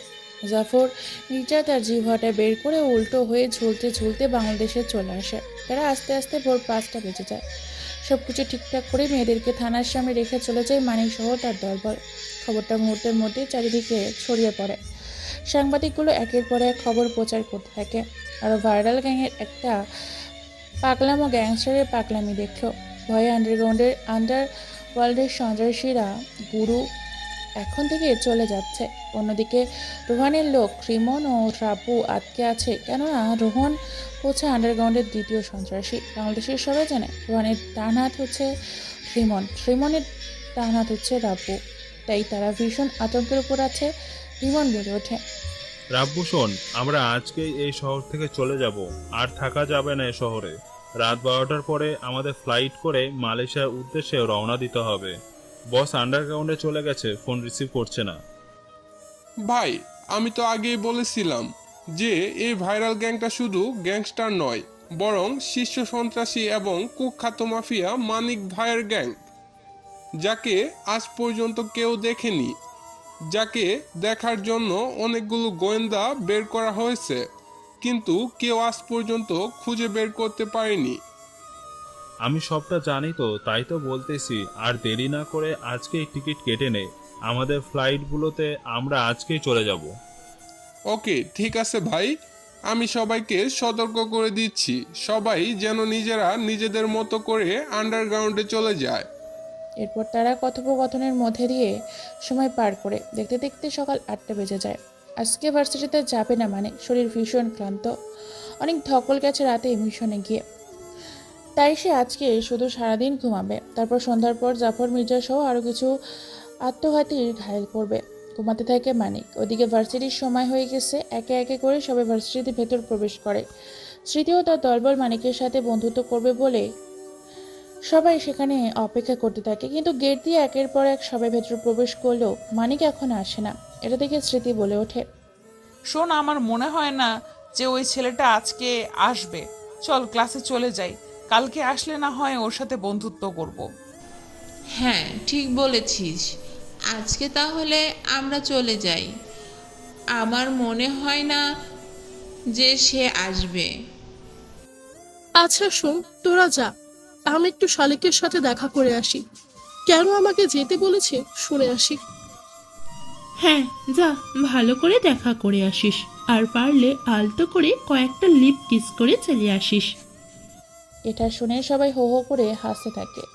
এবার সবাই ক্লাসে চলে যায়। এইভাবে তারা এক এক করে সব ক্লাস শেষ করে। দেখতে দেখতে সন্ধ্যা হয়ে যায়। এদিকে মানিক খাওয়া দাওয়া করে ফ্রেশ হয়ে রেডি হয়ে বেরিয়ে পড়ে গোডাউনের উদ্দেশ্যে। গোডাউনের ভেতর পৌঁছাতে ভেতরে থেকে দরজা খুলে দেয়। ভেতরে প্রবেশ করে একটা ছেলে, চেয়ার এনে দেয়।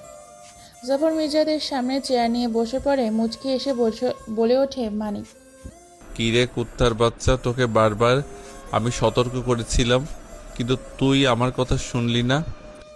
দেখ, তোর যত কোটি টাকা লাগে আমাকে ছেড়ে দে, আমার সাথে পাঙ্গা নিস না। আমি তোর কাছে ধরা পড়ে গেছি তো কি হয়েছি?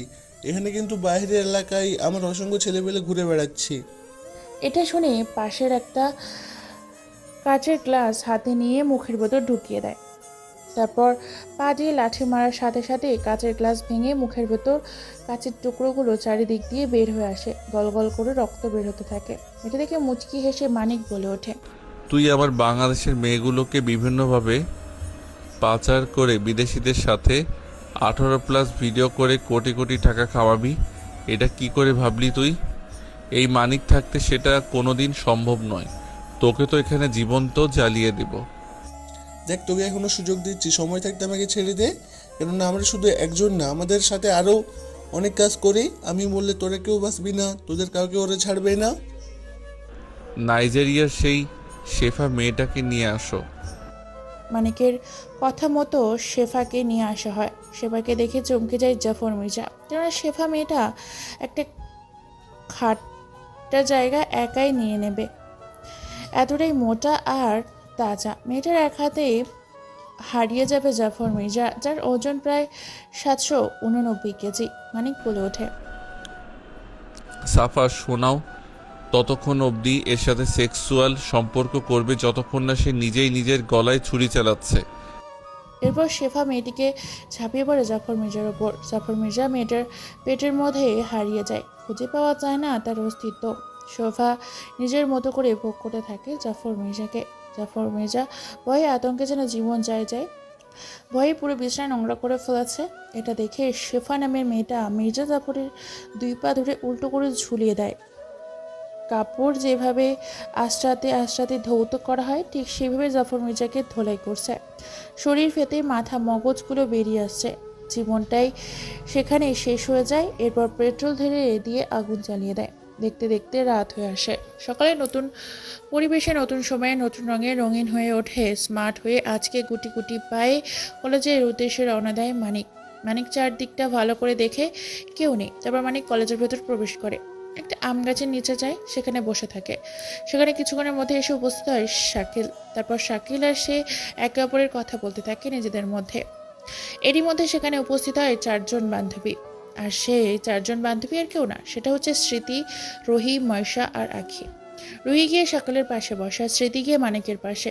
স্মৃতি বলে ওঠে, মানিক, আই এম সরি, আমি তোমার সাথে অনেক অন্যায় করেছি।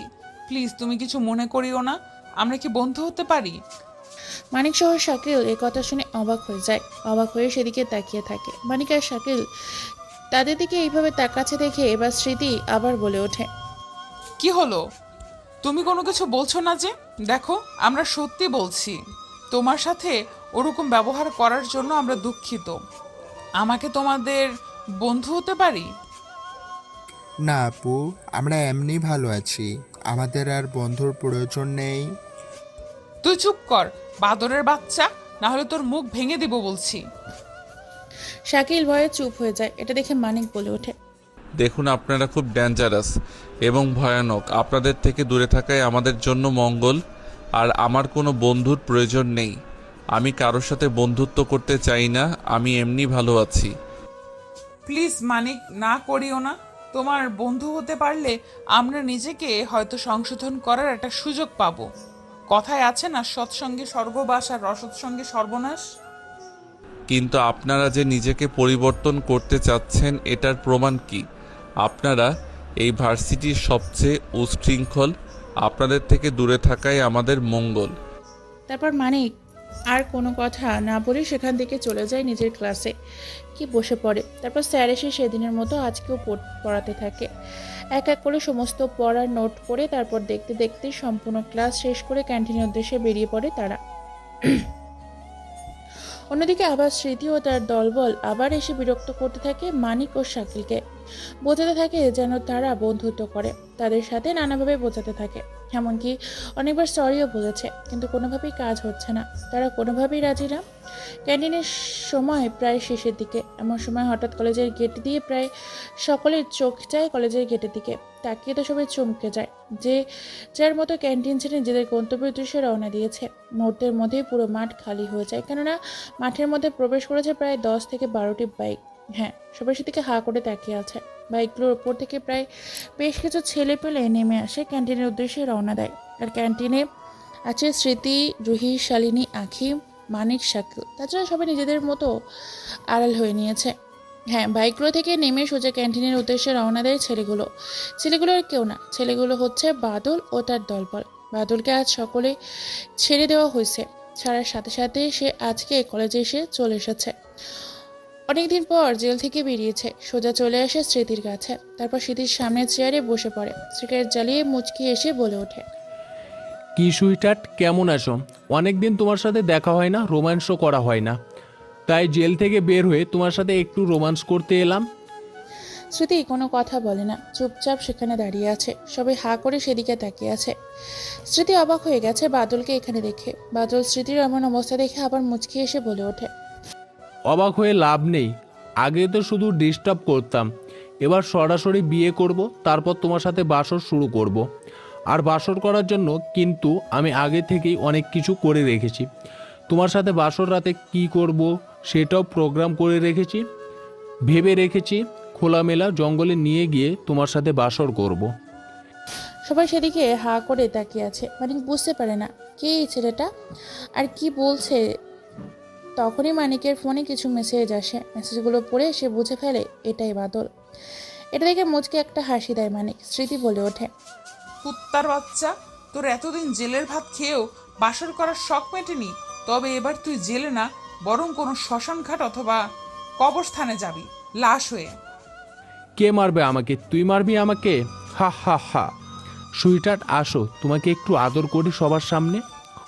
এই বলে বাদল যখন স্মৃতির হাত ধরে নিজের কাছে টানতে যাবে, তখনই বাদলের বুকে এক হাত রেখে পিছিয়ে যায় বাদল। হ্যাঁ, মানিক বাদলকে ধাক্কা দেয়। বাদল খানিকটা পিছিয়ে যায়। এটা দেখে সবাই অবাক হয়ে যায়। বাদলের ছেলেপুলেগুলো এগিয়ে এসে মুচকি এসে বাদল বলে ওঠে, ওহ, এটা কি তাহলে তোর নতুন বয়ফ্রেন্ড, আমার অবর্তমানে, যার কাছে তুই রাতে সময় কাটাতে? এটা শুনে স্মৃতি পরপর বেশ কয়েকটা থাপ্পড় মারে বাদলকে।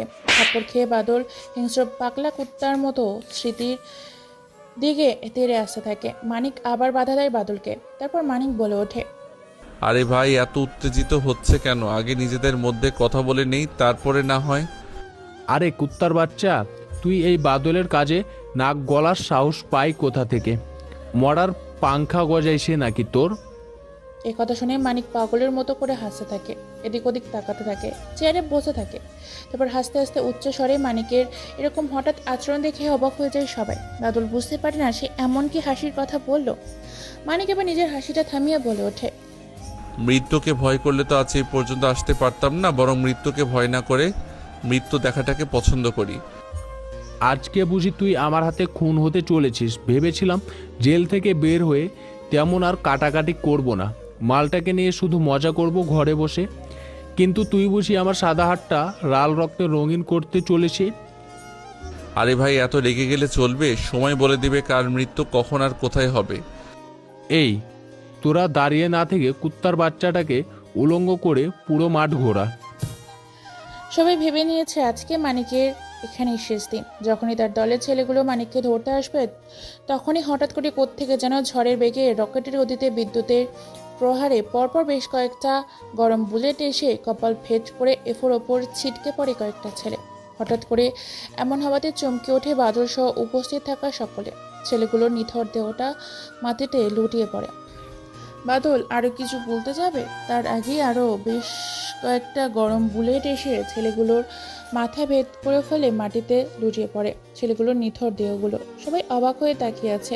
সবাই রক্ত দেখে ভয় পেয়ে যায়, চমকে ওঠে সকলে। ছাত্রছাত্রীরা অবাক হয়ে গেছে। বাদলের হাত পা কাঁপতে শুরু করেছে, বাদল ঘামতে শুরু করেছে। বাদল বলে ওঠে, এই কোনো কুত্তার বাচ্চা, কার এত বড় সাহস বুকের পাট্টা আমার লোকদের স্নাইপার দিয়ে গুলি করিস? কে মারলি? সাহস থাকলে সামনে আয়। কিরে তুই মারলি? তুই আমার ছেলেদের মারলি? এই বলে বাদল যখনই মানিকের শার্টের কলার ধরে ঝাঁকাতে যাবে তখনই বাদলের সামনে বেশ পরপর কয়েকটা গুলি করা হয়। বাদল চমকে গিয়ে পিছিয়ে যায়। বাদল সেখানে আর এক মুহূর্তে দেরি না করে নিজের জীবন নিয়ে নিজের গন্তব্যের উদ্দেশ্যে ফিরে যায়। সবাই হা করে মানিকের দিকে তাকিয়ে আছে। মানিক সেখানে আর এক মুহূর্ত দাঁড়িয়ে না থেকে শাকিলকে নিয়ে ক্লাসের উদ্দেশ্যে রওনা দেয়। মানিকের এরকম অবস্থা দেখে আর হাব ভাব থেকে স্মৃতি সহ সবাই অবাক। স্মৃতি বলে ওঠে, এবার তো আমি শিওর, শুধু শিওর না 100% শিওর, এ সাধারণ ছেলে নয়, বরং অন্য কেউ। আমাকে খুঁজে বের করতে হবে এর আসল পরিচয়। চল সবাই ক্লাসে যাই, কাল থেকে ওকে আমি ফলো করব। এরপর সবাই ক্লাসে চলে যায়। এদিকে শাকিল বলে ওঠে, কিরে হঠাৎ করে ভার্সিটিতে আমার চোখের সামনে এসব কি ঘটে গেল? জীবনে খুন হতে দেখিনি, কিন্তু আজকে সরাসরি মার্ডার হতে দেখলাম। আমিও তো ঠিক বুঝতে পারলাম না ছেলেগুলোকে হঠাৎ করে কেই বা মারলো। হয়তো ওদের কোনো চেনা শত্রু সুযোগে ছিল, সুযোগ পেয়ে মেরে দিয়েছে। তাই হয়তো হবে, আসলে ভয় পেয়ে গেছিলাম। আচ্ছা এখন ক্লাসে মন দে। তারপর তারা সবাই ক্লাসে মন দেয়। স্মৃতি ও তার দলবল এখনো সন্দেহের দৃষ্টিতে তাকিয়ে আছে মানিকের দিকে, কিন্তু মানিক তাদের দিকে না তাকিয়ে এক এক করে সমস্ত ক্লাস শেষ করে সবার আগে ভার্সিটি থেকে বের হয়ে যায়, যাতে তাকে কেউ দেখে সন্দেহ না করে। বাড়িতে চলে আসে, ফ্রেশ হয়ে হালকা কিছু খেয়ে একটু ঘুম দেয়। বিকালে দুবাই থেকে তার বাবা মা কল দেয়, তাদের সাথে কথা বলে ফোন কেটে দেয় মানিক। দেখতে দেখতে সন্ধ্যা হয়ে যায়। সন্ধ্যায় বেরিয়ে যায় মানিক। তারপর মানিক চোখের নিমেষে হারিয়ে যায় তার নিজের কোনো এক অজানা গন্তব্যের উদ্দেশ্যে। নির্জন রাস্তার মাঝপথ দিয়ে সোজা প্রবেশ করে তার গোডাউনে। এরপর একটা চেয়ারের ওপর পায়ের ওপর পা তুলে মানিক মুচকি এসে সিগারেট জ্বালায়। তারপর চোখের ইশারা দিতেই শাস্তি দেওয়ার জন্য বিভিন্ন অস্ত্র সহ বিভিন্ন সরঞ্জাম মানিকের সামনে রাখা হয়। সেগুলো দেখে চমকে ওঠে বাদল, রোহন ও তার দলবল। অনেক আগেই সেখানে মেরে ফেলেছিল যখন বাদলের সাথে তারা কলেজে গিয়েছিল। মানিক মুচকি এসে বলে ওঠে, কিরে শালা কুত্তার বাচ্চা, তোর সাহস হয় কি করে আমার বিরুদ্ধে কথা বলা? তোকে সাবধান করার পরও তুই কিনা ভার্সিটিতে বিভিন্ন খারাপ কাজ করেছিস, বিভিন্ন মেয়েকে রেপ করেছিস, তাদের সাথে শারীরিক সম্পর্ক করেছি, তাদের শারীরিক নির্যাতন করেছে তোর জন্য। ভয়ঙ্কর কিছু শাস্তি রেখেছি, হা হা হা। এই বলেই মানিক চোখের ইশারা দেয়। ফয়সাল আর কিছু ছেলে মিলে বাদলকে উলঙ্গ করে ফেলে। তারপর অনেকগুলো সিগারেট জ্বালায়। মানিক সিগারেটের বাকি অংশ বাদলের পুরো সঙ্গে চেপে ধরে চিৎকার করতে থাকে বাদল। বাদলের এই চিৎকার রেকর্ড করে ফেলে, তারপর লাইভের মাধ্যমে সারা সোশ্যাল মিডিয়ায় ছড়িয়ে দেয়, মুহূর্তের মধ্যে ভাইরাল হয়ে যায়। এরপর মানিক বলে ওঠে, এতদিন অনেক মেয়েদের শারীরিক অত্যাচার করে মেয়েদের খুবলে খুবলে খেয়েছিস, আজকে তুই নিজেই নিজের পুরুষত্ব চিবিয়ে খাবি। এই কথা শুনে চমকে যায় বাদল। চোখের পলকে ব্লেড দিয়ে একটানে কেটে ফেলে দেয় লজ্জাস্থান। তারপর বাদলের মুখের ভেতর ঢুকিয়ে দেয় লজ্জাস্থান। তারপর বাইরে থেকে টেপ মেরে দেয় বাদল। না পারছে গিলতে, না পারছে বের করতে। আর কোনো উপায় না পেয়ে বাদল নিজেই নিজের লজ্জাস্থান চিবিয়ে খেতে থাকে। লজ্জাস্থান থেকে গড়গড় করে রক্ত বেরোতে থাকে।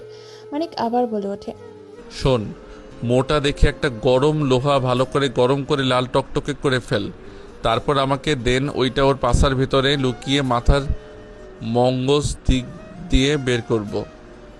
আর কিছু সাইকেলের শিক গরম কর, যেগুলো চোখে এবং কানের ভিতরে ঢুকাবো। মানিকের কথা মতো সবকিছু রেডি করা হয়। এরপর গরম লোহা পাছার ভেতর দিয়ে ঢুকিয়ে দেয়। পাগলের মতো বাদল লাফালাফি করতে থাকে, এদিক ওদিক ছটফট করতে থাকে। লোহাটা পা ছাড়িয়ে মাথার ওপর দিয়ে বেরিয়ে নিয়ে কানের ভিতর দিয়ে গরম শিক ঢুকিয়ে দেওয়া হয়। চোখগুলো গরম শিক দিয়ে বের করে নেওয়া হয়। এই ভিডিও করে বিভিন্ন সাংবাদিক আইডিতে পাঠিয়ে দেওয়া হয়। প্রত্যেক জায়গায় এই আতঙ্কের খবর ছড়িয়ে পড়ে। এই খবরটা দেখে ভয় পেয়ে যায় স্মৃতি সহ তার বান্ধবীরা। তারা হোয়াটসঅ্যাপ গ্রুপে চলে আসে। এখানে এসে স্মৃতি বলে ওঠে, তোরা খবরটা দেখেছিস? বাদলকে কেউ নৃশংসভাবে মেরে ফেলেছে। তার চিৎকার এখনো মোবাইলে রেকর্ড করা আছে। শুধু তার চিৎকার না, তার মৃত্যু আর তার আর্তনাদ এখনো চোখে ভাসছে। শুধু তার আর্তনাদ না, বরং তার খুন হওয়া পুরো ভিডিওটা এখন আমার চোখে ভাসছে। ওকে মেরেছে অনেক নৃশংসভাবে। এতদিন সে মেয়েদের নৃশংসভাবে খুব কষ্ট দিয়ে রেপ করতো। আজকে তার পুরুষত্ব কেটে নিয়ে ভালোই করেছে। হ্যাঁ, সবকিছু ঠিক আছে, কিন্তু তাকে মারলোটাকে সেটাই বুঝতে পারছি না। আমার ওই মালটাকে সন্দেহ হচ্ছে। শোন, এখন রাখি। কালকে আমাকে মানিককে ফলো করতে হবে। সে কোথায় যায়, কোথায় থাকে আর কি করে। এখন থেকে সব সময় আমি তার সাথে আঠার মতো লেগে থাকবো। তারপর তারা কল কেটে দেয়। মানিক মুচকে একটা হাসি দিয়ে বলে ওঠে, যেখানে মানুষ সবসময় ভিড় করে এবং মানুষের ভিড় থাকে সেখানে রশিতে ঝুলিয়ে ফেলে দিবি। তারপর মানিক সেখান থেকে বেরিয়ে যায়। দেখতে দেখতে সকাল হয়ে যায়। ভার্সিটিতে চলে যায় মানিক। এক এক করে সব ক্লাস শেষ করে মানিক বেরিয়ে আসে। মানিককে ফলো করতে করতে মানিকের বাড়ি পর্যন্ত পৌঁছে যায় স্মৃতি। এরপর মানিক বেরিয়ে পড়ে আবার। বিকেল 4টা বাজে। একটা কালো গাড়ি এসে মানিকের সামনে থামে। তারপর মানিক সে গাড়িতে চড়ে বসে। এত বড় গাড়ি দেখে চমকে ওঠে স্মৃতি। স্মৃতি গাড়িটাকে ফলো করতে থাকে। গাড়িটাকে ফলো করতে করতে একটা পুরনো বাড়িতে চলে আসে। সেখানে লুকিয়ে আছে রাহুল ও তার দলবল। চারিদিক দিয়ে ঘিরে ফেলে মানিকের ছেলেগুলো। বাড়ির ভিতরে প্রবেশ করে মানিক তারপর চেয়ারের উপর পায়ের উপর পাথরে সিগারেট জ্বালিয়ে বলে ওঠে, তোদের সাহস হয় কী করে আমার কথা অমান্য করার? সেই দুবাই থেকে আমি তোদেরকে মারতে এসেছি। এই ভাইরাল গ্যাংটা তোদের মারতে এসেছে। আমি সেই ভাইরাল গ্যাংয়ের রাজা, মানিক দ্য মেন্টাল মানিক। স্মৃতির নামটা শুনে চমকে ওঠে। ভয়ে কোনো কথা বলতে পারে না, গলা শুকিয়ে আসে তার। তারপর সামনে একটা কাচের গ্লাস নিয়ে ছেলেটার এক চোখ উপড়ে ফেলে, ঠোঁট দুটো কেটে ফেলে, তারপর আঙুলগুলো কেটে ফেলে। মানিক যেন নিজের রাগটাকে কন্ট্রোল করতে পারে না। এরপর হাতুড়ি দিয়ে পায়ের আঙুলগুলোকে থেতলে দিতে থাকে। একের পর এক প্লেট দিয়ে শরীরে আঘাত করতে থাকে। মুহূর্তের মধ্যে শরীরটা ক্ষত বিক্ষত হয়ে যায়। গড়গড় করে রক্ত পড়তে থাকে। শরীর থেকে মাথাটা আলাদা হয়ে যায়, খণ্ড খণ্ড হয়ে যায় শরীরে এক একটা মাংসের টুকরো। এটা দেখে স্মৃতি যখনই পিছুতে যাবে তখনই তাকে ধরে ফেলে মানিকের ছেলেগুলো। তারপর সামনে নিয়ে আসে। স্মৃতি বলে ওঠে, দেখো, আমাকে ছেড়ে দাও।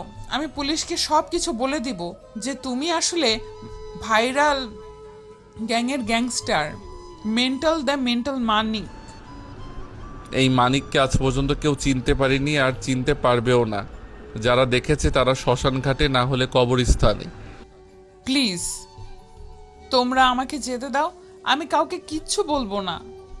সত্যি কথা বলতে তোমাকে আমি ভালোবেসে ফেলেছি, এজন্য মারতে পারবো না।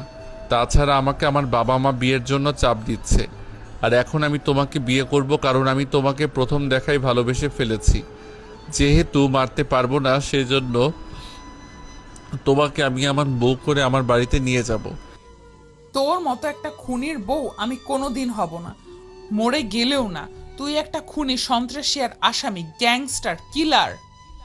কিভাবে বিয়ে করতে হয় সেটা আমার ভালো করে জানা আছে। শোন, তোরা লাশটাকে ফেলে দিয়ে আয় আর কাজীকে নিয়ে আয়। তোদের ভাবিকে আমি বিয়ের জন্য রাজি করাচ্ছি। এ বলে মানিক স্মৃতিকে নিয়ে উপরে চলে যায়। তারপর দরজা বন্ধ করে দিয়ে খাটের ওপর ফেলে দেয় স্মৃতিকে। স্মৃতি ভয়ে পেছতে থাকে। মানিক কোনো কথা ছাড়াই এক এক করে নিজের পরনে থাকা সবকিছু খুলে ফেলে। স্মৃতি লজ্জায় চোখ বন্ধ করে ফেলে। এরপর মানিক স্মৃতি এক এক করে ওপর থেকে নিচ পর্যন্ত খুলতে থাকে। তারপর জোর করে বিছানার উপর ফেলে দেয়। শারীরিক সম্পর্ক করতে থাকে। ধর্ষণ করে ফেলে পুরো স্মৃতিকে। স্মৃতি ব্যথায় চিৎকার করছে, রক্ত বিছানা ছেয়ে গেছে। এরপর মানিক স্মৃতির ওপর শুয়ে ঠোঁটে আলতা করে কিস করে বলে ওঠে, এখন আমাকে তুই বিয়ে করবি নাকি সারা জীবন ধর্ষণের এই কলঙ্কের কালি নিয়ে সমাজে বেঁচে থাকবি তোর কাছে? আমাকে বিয়ে করলে সারা জীবন তোকে রানী করে রাখবো, আর বিয়ে না করলে সারা জীবন এই সমাজে তিলে তিলে মরতে হবে। স্মৃতি আর কোনো উপায় পায় না। স্মৃতি বিয়েতে রাজি হয়ে যায়। তারপর তাদের বিয়ে দেওয়া হয়, কিন্তু স্মৃতি মানিককে মানতে পারছে না। পারিবারিকভাবে তাদের বিয়ে দেওয়া হয়। পরিবারের সবাই তাদের বিয়ে মেনে নিয়েছে, এমনকি বিয়েতে সবাই এসেছে। স্মৃতির বাবা মা মানিককে মেনে নিয়েছে। তারপর মানিক স্মৃতিকে তাদের বাড়িতে রেখে নিজের গন্তব্যের উদ্দেশ্যে চলে যায়। বিছানার ওপর মানিক শুয়ে আছে। এমন সময় তার ডান হাতে ফয়সাল ফোন দেয়। ভাই, কুত্তার বাচ্চা, ওসিটা খুঁজে পেয়েছি। ওকে চেয়ারের সাথে বেঁধে রেখেছি। গোডাউনে আপনি কি আসবেন? যাব, তোরা সব কিছু রেডি কর, আমি আজকেই যাব। এরপর মানিক চলে আসে সে লাল রঙের লাক্সারি গাড়ি করে গোডাউনে এসে কোনো কথা ছাড়াই এলোপাত্রি মারতে থাকে ওসিকে। ওসি শুধু চিৎকার করতে থাকে, কেননা সে এতদিন টাকা খেয়ে ছেড়ে দিয়েছিল বাদল ও তার দলবল, তাই তাকে আজকে বেধড়কভাবে পেটাচ্ছে মানিক। মারতে মারতে ফাটিয়ে ফেলাচ্ছে শরীরের চামড়া, গড়গড় করে রক্ত বেরোচ্ছে। তারপর ক্ষতগুলোকে অ্যাসিড ঢেলে দেয়, সাথে চুন। মুহূর্তের মধ্যেই পুড়ে চামড়াগুলো ছাই হয়ে যায়, লাল রক্তে আগুন ধরে যায়, দাউ দাউ করে জ্বলতে থাকে তার শরীর। উল্টো করে ঝুলিয়ে দিয়ে এলোপাত্রি ছুরি দিয়ে আঘাত করা কুড়োল দিয়ে কুপাতে থাকে মানিক। মানিক যেন এখনো নিজের রাগটাকে কন্ট্রোল করতে পারে না, শরীরটাকে টুকরো টুকরো করে রাস্তার কুকুর ও তার মাংসগুলোকে খাওয়াতে বলে। বেরিয়ে পড়ে শ্বশুরবাড়ির উদ্দেশ্যে। মানিক শ্বশুরবাড়িতে পৌঁছে গিয়ে কলিং বেল বাজাতে স্মৃতি দরজা খুলে দেয়। এবার মানিক বলে ওঠে তার শ্বশুর শাশুড়ির উদ্দেশ্যে, আব্বা আম্মা, আমার বাবা মা আসছে দুবাই থেকে। তারা চায় পারিবারিকভাবে এবং আনুষ্ঠানিকভাবে স্মৃতি এবং আমার বিয়ে দিতে। জামাই, এ তো ভালো কথা। আমরাও চাই আমাদের মেয়ের বিয়ে ধুমধাম করে হোক। আমাদের একমাত্র মেয়ে, আমাদের মেয়ে সুখে থাকলে আমরা খুশি। কিন্তু মা, এত টাকা খরচ করার দরকার কি? বিয়েতে যত খরচ হবে সব কিছু আমি করব। কালকে আমার বাবা মা আসছে, আমি চাই কালকে আমাদের বিয়ে হোক, আর আমি বিয়ের পরে স্মৃতিকে নিয়ে দুবাই চলে যাব। ঠিক আছে বাবা, সমস্যা নেই। তুমি বিয়ের পর ওকে যেখানে নিয়ে যাবে আমরা সেখানেই খুশি। এরপর খাওয়া দাওয়া করে মানিক স্মৃতিকে নিয়ে উপরে যায়। তারপর স্মৃতিকে জড়িয়ে ধরে ঘুমিয়ে পড়ে। স্মৃতি মানিককে ছাড়ানোর চেষ্টা করছে, কিন্তু মানিক তাকে পারছে না। স্মৃতি ভয়ে চুপ হয়ে যায়। মানিক স্মৃতির পেটের মধ্যে স্লাইড করতে থাকে, আষ্টে পিষ্টে জড়িয়ে ধরে। কখন যে ঘুমিয়ে গেছে সেদিকে খেয়াল নেই। পরদিন তাদের পারিবারিকভাবে বিয়ে দেওয়া হয়। তারপর বিয়ের পর্ব শেষ করে তারা দুবাইয়ের উদ্দেশ্যে রওনা দেয়। দুবাইতে পৌঁছে যায়। দুবাইয়ের বাড়িটা অনেক সুন্দর করে সাজানো হয়েছে। এত বড় বাড়ি দেখে স্মৃতি অবাক হয়ে গেছে। চারিদিকে অনেকগুলো সিসিটিভি ক্যামেরা, অনেকগুলো বডিগার্ড, সুইমিং পুল সহ বিভিন্ন বিশাল বড় একটা বাড়ি। মানিকের রুমের ভেতর এপাশ ওপাশ আছে সুইমিং পুল সহ 3টা রুম, সমান তার একটা রুম। রাত 3টা বাজে। মানিক বলে ওঠে, এই মানিকের যা ইচ্ছে তাই করে। মানিকের যখন যেটা লাগবে তখন সে সেটা ছিনিয়ে নিতে জানে। তোমাকে আমার ভালো লেগেছে, তাই তোমাকে আমি আমার বউ করে এদেশে নিয়ে এসেছি। কিন্তু আমার তোমাকে ভালো লাগে না, বুঝেছো? তুমি আমার কাছে আসার চেষ্টাও করবে না। তোমার মতো গুন্ডাকে আমি আমার স্বামী হিসেবে মানতে পারবো না। আজকে না হোক কালকে তো মানবে, আর আমি গুন্ডা কেন সবটা জানতে পারবে, যে কেন আমি আজকে গুন্ডা হয়েছি, এ পথে কেন এসেছি। কিন্তু আজকে আমাদের প্রথম বাসর রাত, বাসর না করে তোমাকে তো ছাড়ছি না। ছি, তোমার লজ্জা করছে না এসব কথা বলতে? আমার তো মনে হচ্ছে লজ্জায় নিজেই কচু গাছে ফাঁসি লাগাই। নিজের বউয়ের সাথে রোম্যান্স করব, এতে লজ্জা কিসের? আসো। এরপর মানিক স্মৃতিকে নিয়ে ছাদে যায়। তারপর খোলামেলা চাঁদ ও অসংখ্য তারা এবং সুন্দর একটা উজ্জ্বল ফটফটির জ্যোৎস্নার আলোতে রাতের গভীরে সবাইকে সাক্ষী রেখে তারা তাদের নতুন জীবনের পথ চলা শুরু করে। মানিক স্মৃতিকে কাঠের সাথে চেপে ধরে স্মৃতির বুকের ওপর থেকে শাড়ির আঁচল সরিয়ে দিয়ে একে একে সব খুলে ফেলে। তারপর স্মৃতিকে নিয়ে ভালোবাসার গভীর সাগরে যেতে থাকে। স্মৃতি বাধা দিতে চাইলেও মানিক তা উপেক্ষা করে নিজের চাহিদা, নিজের অধিকার আদায় করতে থাকে। স্মৃতির ভালোবাসার নতুন চাদরে রাঙিয়ে দিতে থাকে। ভালোবাসার অতল সাগরে দুজন মুক্ত হয়ে মধু খেতে থাকে। ধীরে ধীরে তাদের সম্পর্ক ভালো হতে থাকে। মানিক একে একে সব ঘটনা খুলে বলে, কেন সে এ পথে এসেছিল। তারপর তারা সংসার করতে থাকে। প্রতিদিন রাতে রোম্যান্স আর খুন খারাপি নিয়ে মানিকের বেশ দিনকাল ভালো যাচ্ছে।